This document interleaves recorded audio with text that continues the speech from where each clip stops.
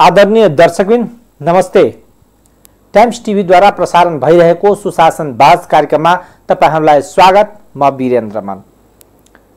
हरेक वर्ष बजेट आउँदा एउटा कुरा बजेटमा टीका टिप्पणी खास गरेर मधेस केन्द्रित दल भनौं या विभिन्न जुन मधेसलाई बेस बनाएर राजनीति गर्ने पार्टीहरू एउटा आरोप लगाउँछन्, बजेट मधेससँग न्याय गरेको अवस्था छैन।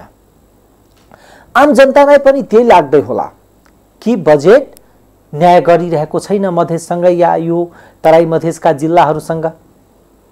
तर सरदर अवस्थालाई हेर्ने हो भने जसरी हामीसँग बजेटलाई केही ठाउँमा थन्क्याउने प्रवृत्ति छ, खर्च नगर्ने अवस्था छ, यस्तो अवस्थाका कारणले समस्या सृजना गरिरहेको अवस्था छ। विगतको यो बितेको आर्थिक वर्षको कुरा गर्ने हो भने आर्थिक वर्षमा करिब 3 अर्ब 38 करोड रुपैयाँको बजेट थियो। त्यसमा झन्डै खर्चको कुरा गर्ने हो भने 18 अर्ब 2 करोड 30 लाख 50 हजार रुपैयाँ खर्च भएको छ, अर्थात 46.6% खर्च भएको अवस्था छ। यो प्रदेश नम्बर 2 को बजेट। धनुषा जिल्लाको कुरा गर्ने हो भने जति 8 जिल्ला छन् ती 8 जिल्लामा सबैभन्दा बढी बजेट भनेको धनुषा जिल्लामा थियो। तर खर्चको अवस्था हेर्ने हो भने निकै दुखदायी अवस्था छ।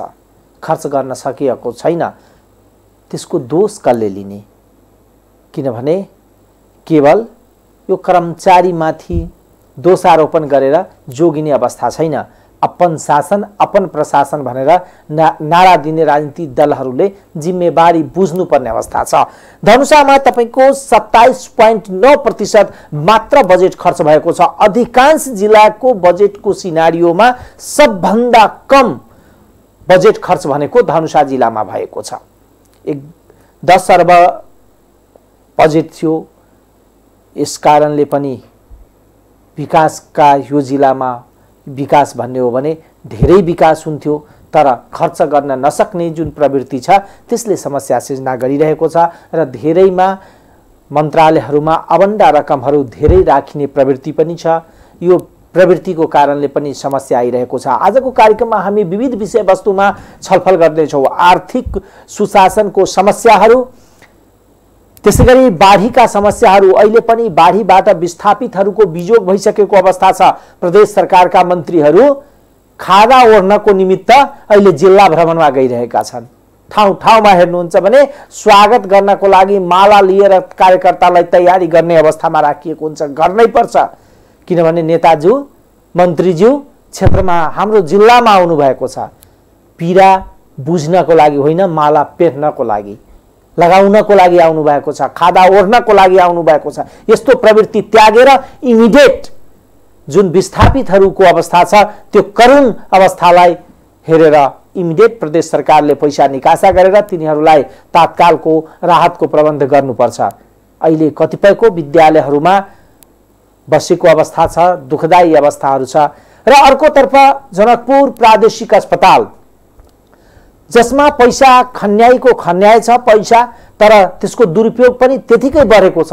आजको कार्यक्रममा हामी त्यो विषयमा पनि परिचर्चा गर्नेछौँ। तर सबैभन्दा पहिला वीरगञ्जको बाढीको कुरा गरौँ। 3 दिनदेखिको अविरल वर्षासँगै खोलामा आएको बाढी गाउँ घरमा पस्दा वीरगञ्ज महानगरपालिका वाडा नम्बर 11 श्रीपुर झाझी टोलका 140 जना विस्थापित भएका छन्। सिर्सिया नदीमा आएको बाढीले श्रीपुरको झाझी टोल क्षेत्र कटान गर्दै घरमा पानी पस्दा दर्जनौं परिवार बिचल्लीमा परेका थिए। उनीहरूको उद्धार गरिएको छ। सिर्सिया नदीमा आएको बाढीले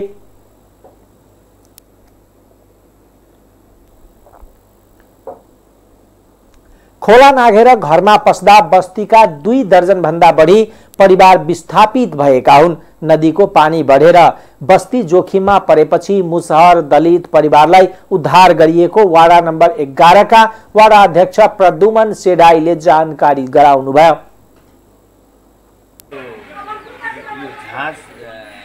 टोलाभन्दा पछाडि सिर्सिया नदी छ।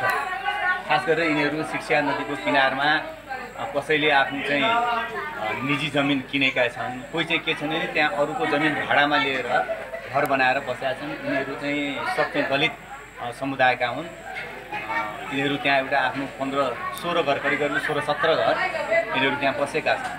र यिनीहरू यति नदीको किनार नजिक छन् कि प्रत्येक साल अब बाढी आउँदाखेरि अथवा पानी पर्दाखेरि, बाढी आउँछ त्यहाँ आइसकेपछि प्रत्येक साल यिनीहरूले चाहिँ त्यहाँबाट विस्थापित भएर हामीले उहाँहरूलाई सुरक्षित ठाउँमा ल्याएर हामीले राख्नुपर्ने स्थिति भइरहेछ। यो नम्बरका उहाँका अनुसार टोलमा रहेका 20 गरीब मुस्लिम परिवारले भने स्थानीय आफन्तको घरमा आश्रय लिएका छन्। 140 जनालाई वाडा अन्तर्गत नेपाल राष्ट्रिय प्राथमिक विद्यालयमा सारिएको उहाँले बताउनुभयो। विद्यालयमा बस्नेलाई महानगरपालिकाले खानपानको व्यवस्थापन गरेको छ। सिर्सिया नदी किनारमा 200-300 घर धुरीका अन्दाजी 500 जनाको बस्ती छ। धेरैजसो कच्ची घरमा रहेका छन्। बाढीको पानी सबै घरमा 3-4 फिटसम्म छ। बस्ती नै डुबान परेपछि अहिले बाढीले ठूलो क्षति पुर्याएको छ। नदीहरूमा पानीको बहाव बढ्ने क्रममा रहेकोले घर छाडेर विद्यालयमा आएका बाढी पीडित राम बालक रामले बताउनुभयो। पानी बढ्न थालेपछि छोराछोरीलाई लिएर बस्ने ठाउँ खोज्दै हिँडेर विद्यालय आएका बाढी पीडित संगीता मुसहरले बताइन्।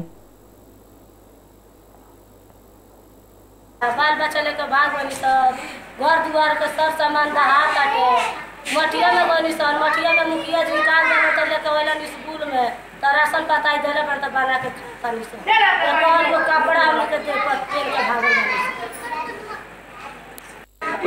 पानी नदी के जरी पानी घुस के घर छोड़ के भाग बनी और छात्रवृत्ति हो गई पालन के सब कुछ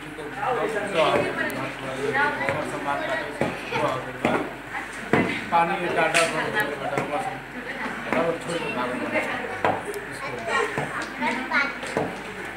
छोड़ गया में सबको हल बाकी का स्कूल में जाने तो स्कूल में हेर्ने के छ सुत्ने व्यवस्था त्यहाँ छ। कहिले यहाँ आउने हामी रातभरि यतै यो दिनभरिदेखि अहिलेसम्म हामी खटिरहेछौँ। कहिले उता कहिले यता त्यहाँ राखेर मात्रै हुँदैन, खानाको व्यवस्था पनि गर्नुपर्छ, यहाँ उधारको पनि व्यवस्था गर्नुपर्छ। कोही यदि जानकारी नभएर त्यही फसेर पनि निस्किन सक्छ। त्यहाँ खोला ठुलै बगिरहेको छ, हेर्न सक्नुहुन्छ। यो त्यही भएर अहिले पनि हामी यहाँ छौँ र यो रातभरिदेखि अहिलेसम्म यहाँ घुमिरहेछौँ। कहिले स्कुलमा कहिले यता गरिरहेछौँ हामीले। अहिले घर गएको छैन हामीले। अहिले यहाँको वडा अध्यक्षको पनि घर हिजो डुबानमा थियो। बिहान मैले फोन गर्दाखेरि उहाँलाई घरमा जानुभएको थियो, तर त्यहाँ निस्किनेलाई बाइक ननिस्केर अहिले उहाँको वडा अध्यक्षको घरनिर पनि पानी समय भएछ। राति उहाँको घरमा पनि यति पानी जमेको थियो। उहाँ स्वयं वडा अध्यक्षको घर पनि डुबानमा थियो हिजो।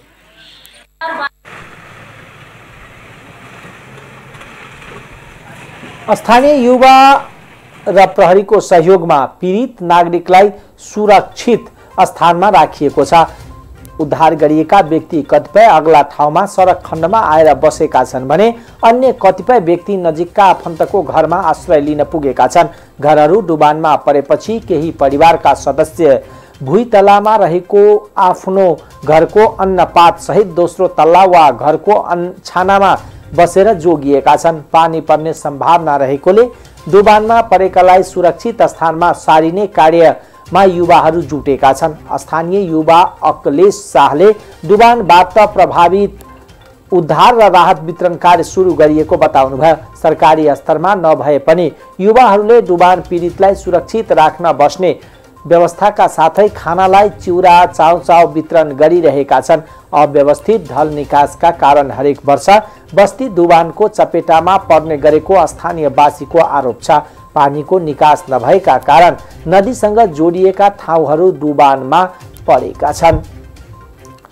त्यसैगरी डुबानको कारणले सबैभन्दा बढी समस्या भनेको किसान वर्गलाई भएको छ। किसान रौथटका किसानको कुरा गर्ने हो भने धान खेती नै डुबानमा परेपछि अब कसरी वर्षभरिको जोहो गर्ने खानाको भनेर चिन्ताले उनीहरूलाई पिरोल्न थालेको छ।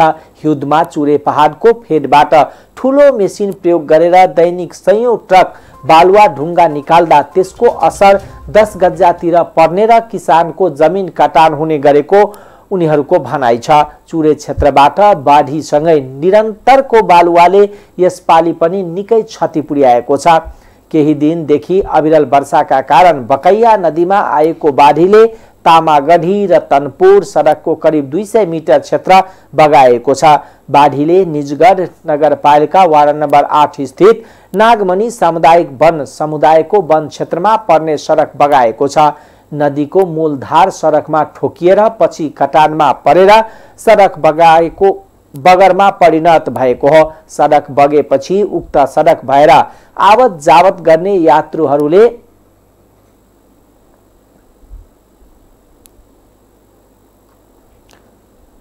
यात्रुहरूले नेपाली सेनाले निर्माण गरेको द्रुत मार्गको प्रयोग गर्न बाध्य भएका छन्। गत वर्ष समेत सो सडक कटान भएपछि निर्माण गरिएको सडकलाई जोगाउन स्थानीय निकायले समयमै तटबन्ध बनाउनतर्फ ध्यान नदिँदा पुनः सडक कटान भएको स्थानीय सञ्जय श्रेष्ठले बताउनुभयो। बारामा अधिकांश तटबन्ध बस्ती जोगाउन एकतर्फ मात्र लाउँदा खोलामा आएको बाढीले जंगलतर्फ कटान तीव्र पारेकोले उक्त क्षेत्रको सडक नै जोखिम बढेको छ। चुरे दोहन नरोकिँदा तराईका खेती योग्य जमिन बगर बन्दै गएपछि त्यस भेगका किसान चिन्तित भएका छन्। बाढीसँगै आएको बालुवा र माटोले धान खेती सखाप पारेको छ भने खोला नियन्त्रण गरेर खेती योग्य जमिन जोगाउने योजना स्थानीय तहसित नहुँदा थप समस्या निम्त्याएको हो। 10 बीघा जमीन हो सब डूब गल बा, 5 बीघा है डूब गल बा, सब डूबा में पड़ गल बा, सब दहा गल रोपा उपा मैंने रोपा किसान सब खेती में डूब गए थी उड़ा गए, ढेउआ भी उड़ा गए, बाली फरड़ी लगा गल आदमी वो मैंने बाली भी थी हुई सब तो सौर फल गए। अब किसान लोग कहाँ से खाई कहाँ से राखी। खेती करे में लगाने के लिए 10,000 12,000 रुपये लगल बा, सब खेत डूब गल बा। हमने के 10,000 लगानी बा, खेत सब डूब गल बा, ओरी पोरी के लोग परेशान बा। अब वही समस्या जे केला खाना हुई आगे दिन के लिए। यसै गरी 4 कोसे जंगलका काटगाउँ, हरैया, बोधवन, परसौना, मधुवन, नयाँ बस्ती, सहजनाथ लगायत क्षेत्रका सयौं बिघामा भंगालो पसेर बाली नष्ट गरेको छ। असारे र डोजरे विकास नदीजन्य पदार्थको उत्खनन तथा दोहनका कारण बाराका विभिन्न स्थानमा बाढीले कटान र डुबानको समस्या उत्पन्न गरेको स्थानीय सन्तोष दंगालले बताउनुभयो। त्यसैगरी बारा जिल्लाको बडहवा, परासा, सखुवाई, श्रीपुर, झिटकैया, देवताल गाउँपालिका र पचरौता नगरपालिका अन्तर्गत बस्ती खेतीबारी समेत डुबानमा परेका छन्। त्यस्तै बङ्गगरी र किचाहा खोला मिसिएर परसौनी गाउँपालिका 5 प्रस्टोकीका बेल रहियामा एकै ठाउँ 350 बिघा धनमाली कटान गरेको छ।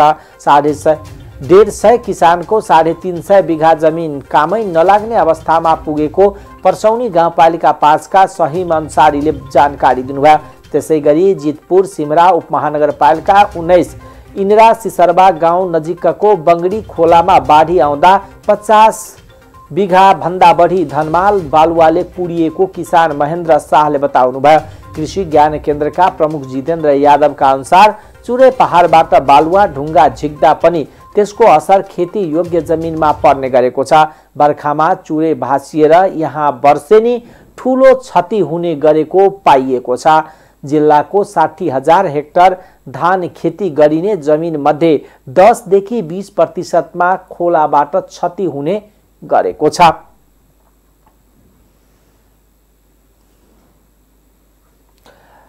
हामीले कार्यक्रमको सुरुमा प्रदेशको खर्चको विषयमा आर्थिक वर्ष 76-77 को भएको खर्चको विषयमा कुरा गरेका थियौं। अब हामी त्यसका विस्तृत जानकारी तपाईहरु समक्ष पस्किदै छौं।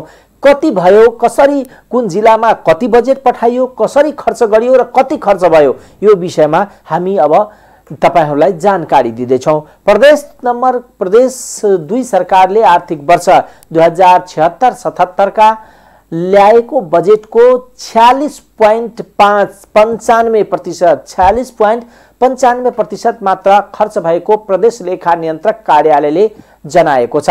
आर्थिक वर्ष 76-77 को लागि प्रदेश 2 सरकारले ल्याएको 38 अर्ब 72 करोड 56 लाख 61 हजार कुल बजेट मध्ये 18 अर्ब 2 करोड 30 लाख 50 हजार मात्र खर्च हुन सकेको छ।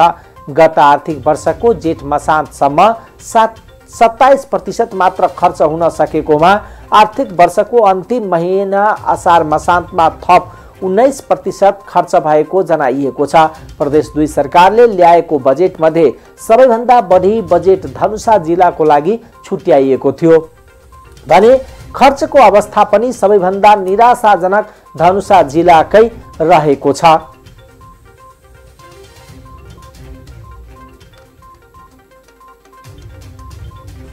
आर्थिक वर्षको खर्च हाम्रो टोटलमा 18 अर्ब 2 करोड 30 लाख 50 हजार खर्च भएको छ, जसमा चालुमा 9 अर्ब 78 करोड 49 लाख 97 हजार अनि पुँजीगतमा 8 अर्ब 23 करोड 80 लाख 70 हजार खर्च भएको छ अनि टोटलमा पर्सेन्टेजमा भन्नुपर्दा 40.95 खर्च भएको छ। किन धेरै बेरोजु भइरहेछ अफिसहरूको कार्यालय? बेरोजु हुने 3-4 किसिमको कारण हुन्छ। त्यसको कारणहरूमा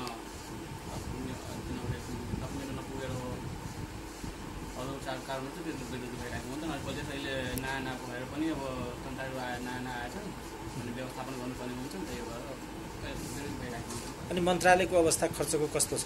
मन्त्रालयको खर्चको अवस्था अहिले हामी निकाल्न सकेका छैनौँ, 2-3 दिन लाग्छन् त्यो आएको वर्ष मात्रै। अनि विगतको भन्दा यस वर्षको खर्चको अवस्थालाई हेर्नु हो भने कस्तो छ? सन्तोषप्रद मान्न सकिन्छ? विगतमा हाम्रो 51.55 खर्च भएको थियो पर्सेन्टेजमा अनि अहिले यो 46.95% खर्च भएको छ। विगतभन्दा अलिक कम भएको छ हाम्रो खर्च। झनै घट्नुको कारण कोरोना पनि होला, अरू पनि समस्या होला। घट्न त घटे त्यति घटेको छैन, 3-4% घटेको छ। प्रदेश लेखा नियन्त्रक कार्यालयको अनुसार धनुषा जिल्लामा 27.9% मात्र खर्च हुन सकेको छ। धनुषा जिल्लाका लागि प्रदेश 2 सरकारले चालुतर्फ 10 अर्ब 48 करोड छुट्याएकोमा 3 अर्ब 28 करोड खर्च भएको छ। त्यस्तै धनुषा जिल्लाकै लागि पुँजीगत तर्फ 11 अर्ब 54 करोड छुट्याएकोमा 2 अर्ब 87 करोड मात्र खर्च हुन सकेको छ। धनुषा जिल्लाका लागि छुट्याइएको बजेट मध्ये कुल 6 अर्ब 14 करोड मात्र खर्च हुन सकेको छ। प्रदेश 2 मा सबैभन्दा बढी खर्च महोत्तरी जिल्लामा भएको प्रदेश लेखा नियन्त्रक कार्यालयको तथ्याङ्कले देखाएको छ। सबैभन्दा कम बजेट समेत महोत्तरी जिल्लाका लागि नै उपलब्ध गराइएको थियो। महोत्तरी जिल्लाका लागि पुँजीगत तर्फ छुट्याइएको 69 करोड 91 लाख बजेट मध्ये 45 करोड 87 लाख खर्च भएको छ। यस हिसाबले महोत्तरी जिल्लामा प्रदेश 2 सरकारले उपलब्ध गराएको बजेटको 75.2% खर्च भएको हो। सिराहामा 62.69% बजेट खर्च भएको देखिएको छ। सिराहाका लागि छुट्याइएको 1 अर्ब 48 करोड बजेट मध्ये 1 अर्ब 11 करोड बजेट खर्च भएको छ। त्यस्तै सप्तरीमा कुल बजेट 1 अर्ब 19 करोड 67.75% अर्थात् 73 करोड 34 लाख। सर्लाही जिल्लामा कुल बजेट 97 करोड 84 लाख को 42 करोड 43 लाख अर्थात् 68.47% खर्च भएको छ। बारामा 61.68% बजेट खर्च भएको छ। बाराको लागि 77 करोड 35 लाख छुट्याइएकोमा 39 करोड 66 लाख खर्च भएको छ। रौतहट जिल्लाको लागि पुँजीगत तर्फ कुल 1 अर्ब 40 करोड बजेट उपलब्ध गराइएको थियो, जसमध्ये 1 अर्ब 4 करोड अर्थात् 71% खर्च भएको पाइएको छ। पर्सा जिल्लाका लागि 1 अर्ब 79 करोड पुँजीगत तर्फको बजेट छुट्याइएकोमा 1 अर्ब 20 करोड अर्थात् 59.49% खर्च भएको हो। आर्थिक वर्ष 75-76 मा प्रदेश 2 मा 51% भन्दा बढी बजेट खर्च भएको थियो। गत आर्थिक वर्षमा कोरोना महामारी आवन्दा रकम बढिरहेकोले बजेट खर्चको अवस्था निराशाजनक रहेको प्रदेश 2 को लेखा नियन्त्रक का कार्यालयका प्रमुख मनोज कुमार दासले बताउनुभयो। दर्शकबिन अब लगाउँ जनकपुर प्रादेशिक अस्पतालको कुरा 2077 सालमा आएको महालेखा परीक्षकको लेखा परीक्षण प्रतिवेदन अर्थात् 2000 आर्थिक वर्षको 75-76 को जुन लेखा परीक्षणको रिपोर्ट छ त्यसलाई हेर्ने हो भने जनकपुर प्रादेशिक अस्पतालको व्यथिति चरममा पुगेको छ। यस्तो अवस्था छ जनकपुर प्रादेशिक अस्पतालको भने यसले के र विकास देला, के जनताको गुणस्तरीय सेवा देला भन्ने एउटा प्रश्न खडा पनि भएको छ। प्रादेशिक अस्पतालको अनियमितताको कुरा गर्ने भने चरम छ अनियमितता नागेको छ। आर्थिक वर्ष 75-76 को प्रदेश 2 प्रादेशिक अस्पताल जनकपुर धामको प्रतिवेदनको स्थिति तथा प्रतिवेदनमा देखिएका कमी कमजोरी लगायतका सुझाव सहितको सारांश तपाईहरुलाई समक्ष हामी प्रस्तुत गर्न चाहन्छौं। प्रादेशिक अस्पताल जनकपुर धामको प्रगतिको कुरा गर्ने हो भने संघीय सरकारको हस्तान्तरित कार्यक्रमतर्फ अस्पतालले 14 करोड 85 लाख 78 हजार खर्च गरेको मध्य कार्यक्रम बमोजिम अन्य सेवा र अन्य सामाजिक सुरक्षातर्फ 10 लाख बजेट खर्च नगरी शून्य प्रगति गरेको छ। कर्मचारी तालिम गोष्ठी लगायत 28 लाख 75 हजारमा 13 लाख 38 हजार खर्च गरी 15 लाख 37 हजार बजेट कार्यान्वयनमा नल्याएको निशर्त चालू अनुदान 5 करोड 48 लाख 81 हजार समितिमा सारेको सशर्त चालू अनुदान 5 करोड 48 लाख 88 हजार मा 2 करोड 5 लाख 45 हजार खर्च गरी बाँकी 3 करोड 43 लाख 43 हजार बजेट कार्यान्वयनमा ल्याएको देखिएन। कार्यक्रममा व्यवस्था भएको हाइड्रोसिल बिरामीको अपरेसन, सोको जटिल उपचार, हाथीपाइले सर्भिलेन्स, रगत नमूना तथा संकलन, मेडिकल अभिमुखीकरण तथा इम्प्लामेन्ट तालिम जस्ता कार्यक्रम सञ्चालन हुन नसकी शून्य प्रगति देखिएको महालेखाले जनाएको छ। वार्षिक बजेट बमोजिम कार्यक्रम सञ्चालन गर्नुपर्ने प्रतिवेदनले सुझाव दिएको छ। स्रोत अनुमान र खर्चको सीमा निर्धारण सम्बन्धमा कुरा गर्ने हो भने प्रदेश आर्थिक कार्यविधि ऐन 2074 को दफा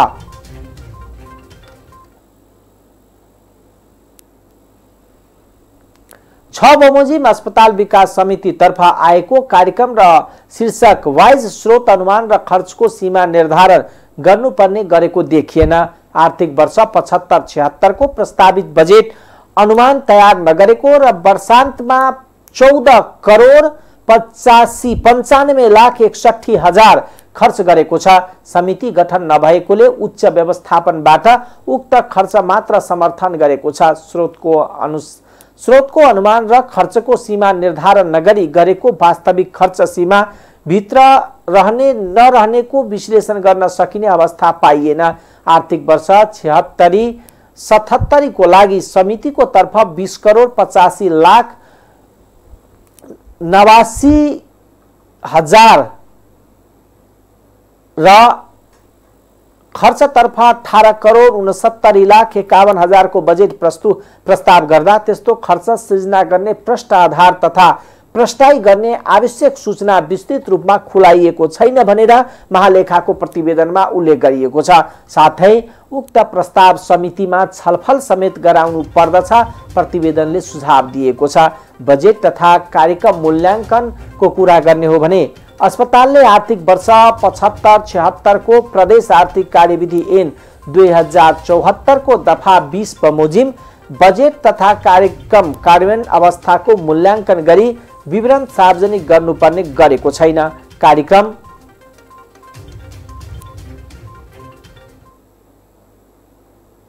कार्यक्रम बमोजिम समितिको आय तथा अनुदानको प्राप्ति र परिचालनको यथार्थ विवरण पनि कार्यान्वयनको अवस्था खुल्ने गरी विवरण सार्वजनिक गर्नुपर्ने प्रतिवेदनमा सुझाव दिएको छ।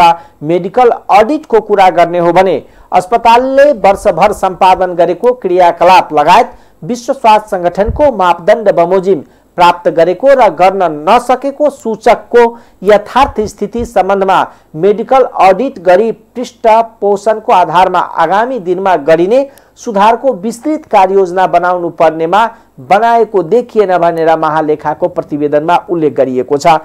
जनशक्ति सेवा प्रवाह रोगको निदान नागरिक प्रतिक्रिया उपकरणको व्यवस्थापन सरकारी स्वास्थ्य नीति र सेवाको उपलब्धता दिगो विकास लक्ष्य फोहर व्यवस्थापन वित्तीय व्यवस्थापन सेवाको सहजीकरण प्रदेश सरकारको स्वास्थ्य नीति तथा कार्यक्रम बच्चा तथा वृद्ध स्वास्थ्य पोषण रोग नियन्त्रण उपाय उपचारात्मक सेवा लगायतको विषयमा तोकिएको मापदण्ड र सूचकमा अस्पतालको वास्तविक स्थिति र उपलब्धि सुधार गर्न स्वास्थ्य नीति दिगो विकास र स्वास्थ्य संगठनको मापदण्ड बमोजिम सूचक तथा क्रियाकलाप बनाई मेडिकल अडिटको व्यवस्था अपनाउनु पर्नेमा प्रतिवेदनले सुझाव दिएको छ। खरिद योजना तथा खरिद कारबाहीको कुरा गर्ने हो भने सार्वजनिक खरिद नियमावली 2064 को नियम 3 बमोजिम खरिद योजना र खरिद कारबाहीको आवश्यकता पहिचान गर्ने व्यवस्था छ। अस्पतालले वर्षभरिमा औषधि उपकरण लगायत औषधि जन्य सामग्रीको आवश्यकता पहिचान गर्नुपर्नेमा नगरेको आपूर्तिकर्ताको उपलब्धता यकिन गर्न बजारमा प्रचलित खरिद सम्झौताको जानकारी पूर्ण रूपमा प्राप्त नगरेको खरिदको विवरण परिणाम र क्षेत्रलाई आवश्यकताको आधारमा विश्लेषण नगरेको खरिदलाई बढी सुविधाजनक रूपमा समूहमा विभाजन गर्ने वा प्याकेजमा समावेश गर्ने कार्य भएको देखिएन भनेर उल्लेख गरिएको छ महालेखाको प्रतिवेदनमा। त्यसैगरी खरिद योजना र खरिदको लागत अनुमान तयार गरी एकमुष्ट खरिद गर्नुपर्नेमा आवश्यकताको आधारमा पटक पटक गरी 14 करोड भन्दा बढीको खरिद गरेको छ। गुरु योजना र सोको आधारमा वार्षिक योजना समेत तयार नगरेबाट खरिदको आवश्यकता खरिद गरिएको औषधि उपकरण बीच तालमेल रहेको पाइएन भनेर महालेखाले भनेको छ। खरिद योजना आवश्यकता पहिचान समूह विभाजन र लगायतमा ध्यान दिई खरिद कारबाही गर्नुपर्ने प्रतिवेदनको सुझाव छ। त्यसैगरी खरिद लागत अनुमानको कुरा गर्ने हो भने औषधि खोप भ्याक्सिन सिरिन्ज रगत प्रयोगशालामा प्रयोग हुने एरिजेन्ट्स रसायन रोगको निदान तथा उपचारका लागि प्रयोग हुने यन्त्र उपकरणको लागि सार्वजनिक खरिद नियमावली 2064 को नियम 6 बमोजिम खरिदको लागत अनुमान तयार गर्दा खरिद सम्बन्धी सम्पूर्ण काम एउटै खरिद सम्झौताबाट हुन सक्ने वा काम पिछै छुट्टै खरिद सम्झौता गर्ने सोको रकम र लागत तथा समय बीच तादम्यता मिलाउने व्यवस्था रहेकोमा खरिदको लागत अनुमान तयार गर्दा समय विधि प्याकेजलाई ध्यान नदिई बजेट केन्द्रित भएको देखिएको भनेर महालेखाले भनेको छ।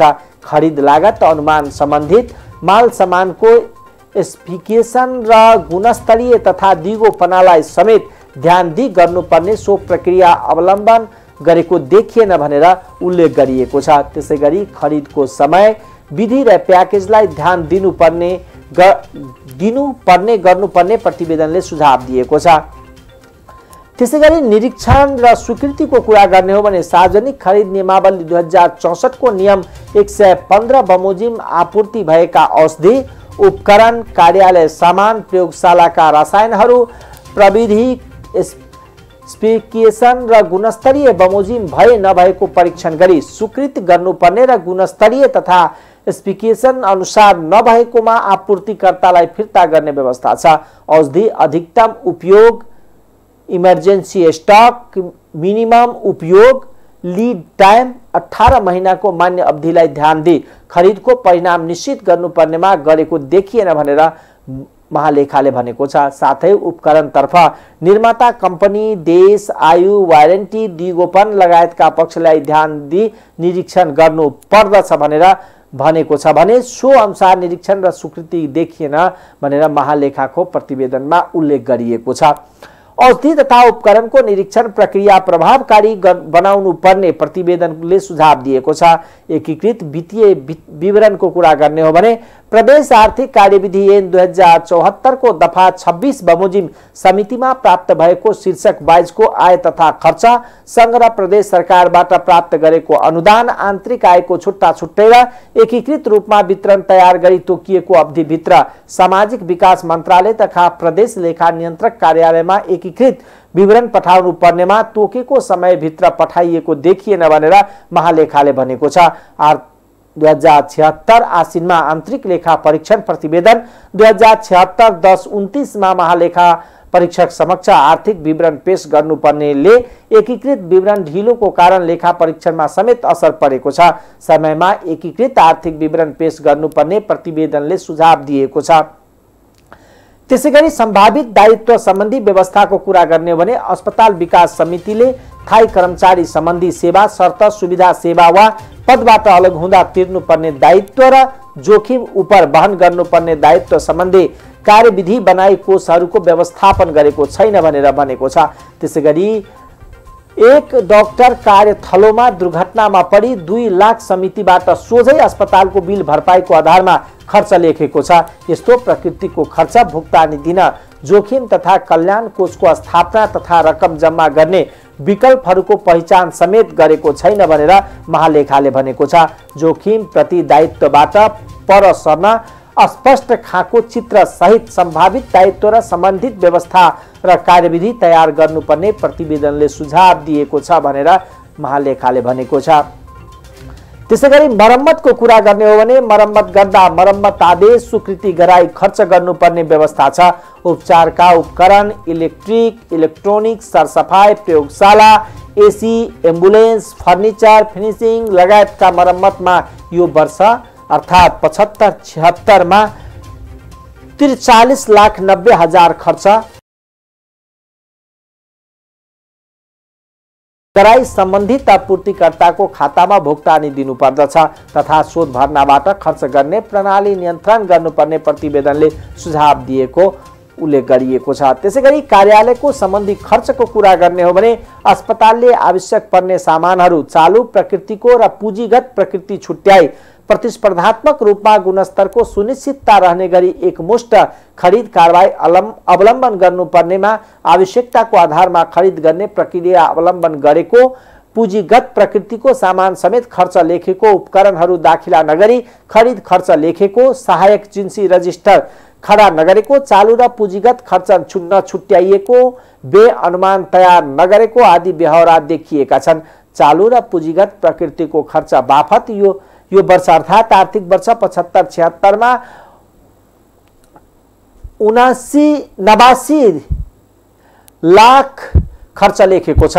खरिदमा प्रतिस्पर्धा विधि अवलम्बन गर्न तथा चालु र पुँजीगत प्रकृति छुट्याई सामान खरिद गर्नुपर्ने प्रतिवेदनले सुझाव दिएको छ। प्रयोगशालाको कुरा गर्ने हो भने प्रादेशिक अस्पतालको ल्याबमा रिएजेन्स र एकै पटक प्राप्त नहुँदा अस्पताल प्रयोगशालाको स्याम्पल नतिजाको समय हप्तौं लाग्ने गरेको छ। एकै पटक रिएजेन्स खरिद नगरी पृथक रूपले खरिद गर्दा मौजादमा रसायन नहुँदा छिटो र गुणस्तर सेवा प्रभाव पर्ने गएको छ। केन्द्रीय प्रयोगशालाको गुणस्तर आवश्यकता प्रतिवेदन परीक्षण गर्दा सन् 2019-12-8 सन् 2019-15-6 मा serum aluminium 4 serum potassium 4 SgOT अगास्ट 3.5 serum colostrum 4 serum sodium 4 देखिदा प्रयोगशाला नतिजा अस्वीकारको स्थिति छ। मेसिनमा आएको खराबी हो वा परीक्षण विधिमा फरक परेको कारण गुणस्तर र मापदण्ड भित्र नतिजा नआउँदा रोगको निदानमा गम्भीर असर पर्न सक्छ। बायोमेडिकल एक्सपेरिमेन्ट गरी गुणस्तरीय सेवा प्रदान गर्ने प्रतिवेदनले सुझाव दिएको भनेर महालेखाले भनेको छ। त्यसैगरी ओजेटी शुल्कमा कुरा गर्ने हो भने विश्वविद्यालय तथा अध्ययन अध्यापन गराउने संस्थाबाट विद्यार्थीको प्रयोगात्मक ज्ञानको लागि अन द जब ट्रेनिङ अन्तर्गत अस्पताल विकास समितिले संस्थासँग नवीकरण तथा प्रति विद्यार्थी समय उपयोगको आधारमा शुल्क लिएको अवस्था छ।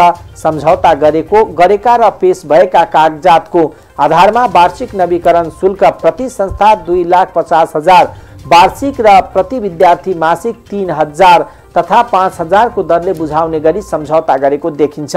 सो बापत 2075-76 मा अस्पतालको आर्थिक विवरणको 26,34,000 आमदनी देखिएको छ। सम्झौता अनुसार अस्पतालको संस्थासँग विगतदेखि लिन बाँकी रहेको रकम पुष्टि हुने विवरण तयार गरेको देखिएन भनेर महालेखाले भनेको छ।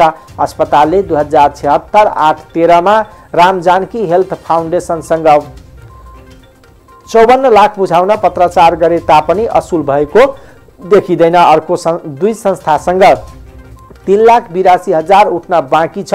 संस्थागत रूपमा गत विगतदेखि बाँकीको रकम सम्बन्धमा छानबिन गरी सम्झौता अनुसारको रकम असुल गर्नुपर्ने प्रतिवेदनले सुझाव दिएको भनेको छ।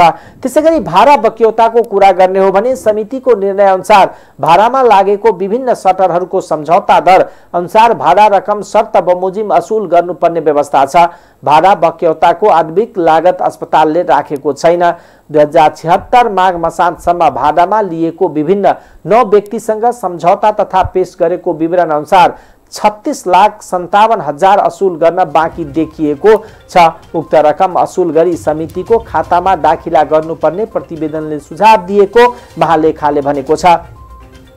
नाइट ड्युटी भत्ताको कुरा गर्ने हो भने अस्पतालले ल्याब युनिटमा कार्यरत 8 जना कर्मचारीलाई सार्वजनिक बिदाको दिन र रात्रिको समयमा काम गरे बापत क्रमशः एक दिन बराबरको तलब तथा सुरु स्केलको 25% रकम नाइट ड्युटी भत्ता बापत यस वर्ष 15,44,000 खर्च लेखेको छ।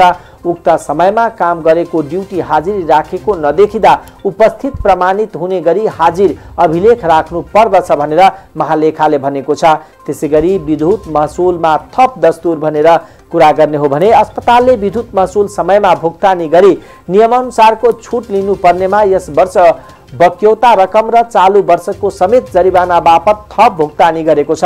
विगत वर्षदेखि भुक्तानी गर्न बाँकी बक्यौता रकमको बिल तथा विवरण लिई एक मुष्ट बक्यौताको विवरण तयार नगरी विद्युत प्राधिकरणले जरिवाना थप गरी पठाएको बिल बमोजिम मात्र भुक्तानी गरेको छ। बक्यौता रकमको यकिन र बजेट व्यवस्था नगरी चालू वर्षको बजेटबाट 11,59,000 थप दस्तुर सामेल भुक्तानी गरेको नियम सम्म देखिएन भनेर महालेखाले भनेको छ। थप दस्तुर भुक्तानीमा नियन्त्रण गर्नुपर्ने प्रतिवेदनले सुझाव दिएको छ। स्वयंसेवकको कुरा गर्ने हो भने अस्पतालले आन्तरिक स्रोतबाट 25 स्वयंसेवकलाई मासिक 10,000 को दरले यस वर्ष 21,07,000 खाजा भत्ता भुक्तानी दिएको छ। यस्तो खर्च नियन्त्रण गरी दरबन्दी अनुसार खर्च गर्नुपर्ने प्रतिवेदनले सुझाव दिएको छ। त्यसैगरी सञ्चित कोष दाखिलाको कुरा गर्ने हो भने स्वास्थ्य संस्थामा प्रस्तुति गराए बापत यातायात खर्च र संस्थागत अनुदान उपलब्ध गराउनको लागि बजेट व्यवस्था भएकोमा अस्पतालले डाक्टर तथा स्टाफ नर्सको तलब बापत 74,45,000, विद्युत महसुल 36 लाख, वास्तविक प्रस्तुति भन्दा बढी संख्याको अनुदान 32,78,000, नवजात शिशु उपचार कार्यक्रम बापत नम्सले तोकेको मापदण्ड बेगर 22,01,000 समेत 21,65,24,000 मापदण्ड बेगर समितिको खातामा ट्रान्सफर गरेकोले समितिबाट फिर्ता लिई संघीय सञ्चित कोषमा दाखिला गर्नु पर्दछ भनेर महालेखाले भनेको छ। त्यसैगरी सार्वजनिक खरिद ऐन 2063 को नियम 2064 को नियम 85 अनुसार 20 लाख सम्मको औषधि सोझै खरिद गर्न सकिने व्यवस्था भएकोमा अस्पतालले विभिन्न 9 फर्मबाट 65 पटक 20 लाख भन्दा बढीको 2,46,43,000 को औषधि खरिद गरेको छ। नियम तोकिएको सीमा समेतलाई नागी खर्च गर्नुपर्ने उपयुक्त देखिएन भनेर महालेखाले भनेको छ। सीमा भन्दा बढीको खरिद कार्य नियन्त्रण गर्नुपर्ने प्रतिवेदनले सुझाव दिएको छ। त्यसैगरी जिन्सी दाखिला खर्चको कुरा गर्ने हो भने खर्च भई नजाने जिन्सी सामानहरू जिन्सी खातामा स्पेसिफिकेसन र मूल्य आयु र उत्पादन देश समेत खुलाई अभिलेख राख्नुपर्ने व्यवस्था छ। अस्पतालले 88,51,000 मूल्यका रेफ्रिजरेटर, सिलिङ फ्यान, कटाडी मेसिन र ENT उपकरणहरू, क्यामेरा, प्रयोगशाला सर्जिकल सामान, मोबाइल फोन, एयर कुलर लगायतका विभिन्न सामानहरू जिन्सी खातामा दाखिला गरेको पाइएन। खरिद सामानहरू दाखिला गर्नुपर्ने प्रतिवेदनले सुझाव दिएको छ। त्यसैगरी प्रादेशिक अस्पताल परिसरको कुरा गर्ने हो भने अस्पतालमा सेवा दिने कक्षहरू आकस्मिक कक्ष, लेबर रुम, डेलिभरी, प्याथोलोजी सेवा, बहिरङ्ग विभागमा विभागमा रहेका शौचालय दुर्गन्धयुक्त छन्। साबुन सहितको शौचालय नरहेको र प्रसूति कक्षको सरसफाई तथा दुर्गन्ध व्यवस्थापनमा उचित सतर्कता नअपनाएको, अस्पतालको हाताभित्र ढल व्यवस्थापन हुन नसकेको, 380 kVA को जेनेरेटर सुरक्षणका लागि टहरा व्यवस्थापन गर्नुपर्ने नगरेको, अस्पतालबाट निस्किने फोहर मेसिनमा जलाई व्यवस्थापन हुन नसकेको, कतिपय फोहर बाहिर फ्याँक्ने गरेको, क्लोथ वाशिङ मेसिनको व्यवस्था नगरेको र मेनुअल रूपमा लन्ड्री हुने गरेको देखिएकोबाट सोमा सुधार गरी अस्पतालबाट प्रवाह हुने सेवा गुणस्तरीय र प्रभावकारी बनाउनु पर्ने प्रतिवेदनले सुझाव दिएको छ। त्यसैगरी दरबन्दी पदपूर्तिको कुरा गर्ने हो भने नेपाल सरकार तर्फको कुल दरबन्दी 140 मा 86 पदपूर्ति भई 54 रिक्त रहेको र समिति तर्फ 175 मा 215 पदपूर्ति भएको छ। 65 पदहरू फाजिलमा देखिएको छ। मेडिकल सुप्रिन्टेन्डेन्ट, गाइने फिजिशियन, प्यारामेडिसिन, सर्जन, इन्थेसियोलोजिस्ट, रेडियोलोजिस्ट, अर्थोप्याथो, डेन्टल, अटोमोलिस्ट लगायतका सिनियर कन्सल्टेन्ट गरी 23 विशेषज्ञ पदहरू रिक्त छन्। विशेष गरी पदहरू रिक्त हुँदा सेवामा असर परेको छ। रिक्त पदपूर्ति भई गुणस्तरीय सेवा प्रवाह गर्नुपर्ने प्रतिवेदनले सुझाव दिएको छ। त्यसैगरी प्रोत्साहनको कुरा गर्ने हो भने विभिन्न सेवा प्रवाह गर्ने कर्मचारीलाई विभिन्न दरले प्रोत्साहन भत्ता 1 करोड 10 लाख खर्च लेखेको छ। सामान्य लेखा सिद्धान्त बमोजिम जोखिममा कार्य गर्दा कुल बिक्रीमा चल लागत घटाई प्राप्त हुने योगदान लगायतमा तोकिएको बमोजिम प्रोत्साहन उपलब्ध गराउनु पर्नेमा चल लागत, औषधि, रसायन खरिद नघटाई प्राप्त बिक्रीमा उपलब्ध गराउनु पर्ने लेखा सिद्धान्त विपरीत छ। बिक्रीमा प्रोत्साहन दिने कार्य तात्काल नियन्त्रण गर्नुपर्दछ। साथै सेवा प्रवाह अनुसार लागत र बिक्रीको वर्गीकरण गरेको नदेखिँदा सो व्यवस्था समेत सुधार गर्नुपर्ने प्रतिवेदनले सुझाव दिएको छ। त्यसैगरी धरौटीको कुरा गर्ने हो भने गत वर्षको जिम्मेवारी 94,91,000 मा यो वर्षको आमदानी 38,24,000 समेत 1,33,15,000 कुल आयमा 6,19,000 फिर्ता खर्च लेखी 1,26,96,000 आर्थिक वर्ष 76-77 लाई जिम्मेवारी सरेको छ। धरौटी हिसाबसँग र प्रदेश दुवै तर्फ रहेको र अस्पताल प्रदेश तर्फ रूपान्तरित भएकोमा संघीय धरौटी हिसाबले 1,15,64,000 लाई प्रदेश धरौटीमा ट्रान्सफर गरी हिसाब एकीकरण गरेको छैन। वर्षान्तमा दुवै तर्फ बाँकी देखिएका धरौटीको नामेसी विवरण तयार गरिएको छैन। म्याद समाप्त भएको, फिर्ता गर्न नपर्ने, नामेसी नखुलेको धरौटीलाई प्रदेश आर्थिक कार्यविधि ऐन 2074 बमोजिम आय लेखाई गर्ने र आयु वर्गीकरण गर्ने कार्य भएको पाइएन। धरौटीको व्यक्तिगत विवरण तयार गर्नुपर्ने प्रतिवेदनले सुझाव दिएको छ। त्यसैगरी करारको कर्मचारीको तलबको कुरा गर्ने हो भने प्रादेशिक अस्पतालले स्वीकृति दरबन्दी भित्रका कर्मचारी तलब मात्र खर्च लेख्नु पर्नेमा विगत वर्षदेखि मध्यमाञ्चल क्षेत्रीय निर्देशनालयबाट करारमा नियुक्त भएका 8 जना स्टाफ नर्सको म्याद थप र स्वीकृति दरबन्दी बेगर यस वर्ष स्वास्थ्य निर्देशनालय धनुषाको 75/10/5 को निर्देशन अनुसार 24,44,000 तलब खर्च लेखेको छ। दरबन्दी बेगर खर्च लेख्ने स्थिति नियन्त्रण गर्नु पर्दछ भन्ने महालेखाले भनेको छ। त्यसैगरी साथै खर्च लेख्ने आदेश दिने नियुक्तिकर्तालाई जिम्मेवार समेत बनाउनु पर्ने प्रतिवेदनले सुझाव दिएको छ।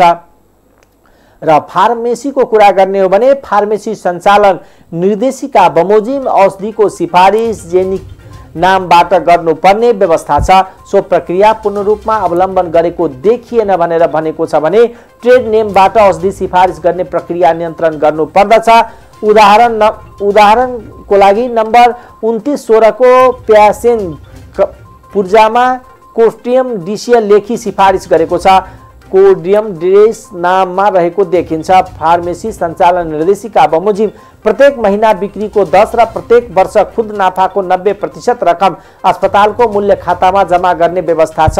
यो वर्ष खुद नाफा 7,95,000 देखिएकोमा सो अनुसार 90% समितिमा आय लेखाङ्कन गरेको छैन। प्रत्येक महिना बिक्रीको 10% रकम समितिमा आय लेखाङ्कन गरेको पनि देखिएन। निर्देशिकाले तोकेको मापदण्ड पालन गर्नुपर्ने प्रतिवेदनले सुझाव दिएको छ। त्यसैगरी फार्मेसीको आर्थिक वर्ष 2074-75 को अवधि ओपनिङ स्टक मूल्य 26,18,000 र आर्थिक वर्ष 75-76 मा फार्मेसीले खरिद गरेको मूल्य 89,93,93,000 समेत 1,16,11,000 मा बिक्री 93,16,000 देखिएकोमा 2076-77 लाई जिम्मेवारीमा 22,95,000 देखिएको, तर सफ्टवेयर रेकर्ड अनुसार 36,73,000 देखिएकोबाट स्टक मूल्यमा 13,79,000 फरक परेको छ। खरिद फिर्ता औषधिको मान्य अवधिको समापनको कारण देखिएको फरक हिसाबमा सम्बन्धित आपूर्तिकर्तालाई औषधि फिर्ता गरी हिसाब मिलान गर्नुपर्नेमा नगरेको मौजात बढी देखिएको छ। हिसाब मिलान गर्नुपर्ने प्रतिवेदनले सुझाव दिएको छ। फार्मेसीको लागि औषधि खरिद टेन्डर रेट स्वीकृत भएको एक मेडिकल हलबाट आवश्यकता अनुसार पटक पटक 40,86,000 र अन्य 9 सप्लायर्सबाट 35,53,000 समेत 74,39,000 भुक्तानी गरेको छ। आपूर्तिकर्ताले औषधि नदिई सोही दरमा अन्यबाट खरिद गरेको जनाए तापनि स्वीकृति आपूर्तिकर्ताले औषधि आपूर्ति गर्न नसकी अन्य फर्मबाट खरिद गरी ल्याउनु खरिद सम्झौता र खरिद ऐन अनुकूल देखिएन भनेर महालेखाले भनेको छ। स्वीकृत आपूर्तिकर्ताबाट सम्पूर्ण औषधिको आपूर्ति व्यवस्थापन गर्नुपर्ने प्रतिवेदनले सुझाव दिएको महालेखाले जनाएको छ। दर्शकबिन, हामीले आज विविध विषयमा यो सुशासन बहस कार्यक्रम मार्फत चर्चा परिचर्चा गर्यौं। विशेष गरेर सम्पन्न भएको आर्थिक वर्षमा जुन किसिमले प्रदेशको बजेटहरू खर्च गर्नु हुनु पर्थ्यो त्यसमा कमी आएको छ। यसका विभिन्न कारणहरूको अवस्था छ। एउटा अबन्दा रकमहरू अत्याधिक राख्ने, बेरोजुको अवस्था छ, आर्थिक असारमा हतारमा पैसा खर्च गर्ने प्रवृत्ति लगायतका कारणहरूले आजको समस्याहरू निम्त्याएको छ। खास गरेर वित्तीय अनुशासनको कुराहरू, त्यसैगरी बाढी पहिरोले अस्तव्यस्त पारेको तराई मधेसका कुराहरू छ। हामीले तमाम विषयलाई यहाँहरू समक्ष पस्कियौं। राज्यले यी विषयहरू अर्थात् प्रादेशिक अस्पतालको कुरा छ, किनभने प्रादेशिक अस्पतालले धेरै पहिला जस्तो यो सिन्धुलीहरूको त धान्ने अवस्था छैन, तर थप केही 8 जिल्लामध्ये यसलाई त्यो हिसाबमा डेभलप गर्नुपर्ने अवस्थाहरू छ। विकासका ती क्रमहरूलाई अगाडि बढाउनु पर्ने अवस्था छ, तर त्यसमा यसरी जसरी अनियमितताहरू भइरहेको छ त्यसतर्फ प्रदेश सरकारको ध्यान जानुपर्छ र अस्पताललाई दीर्घका एउटा सेवा जुन दिनुपर्ने हो, सेवाको विस्तार र सेवालाई विश्वसनीय बनाउनु पर्ने, किनभने धेरै जसो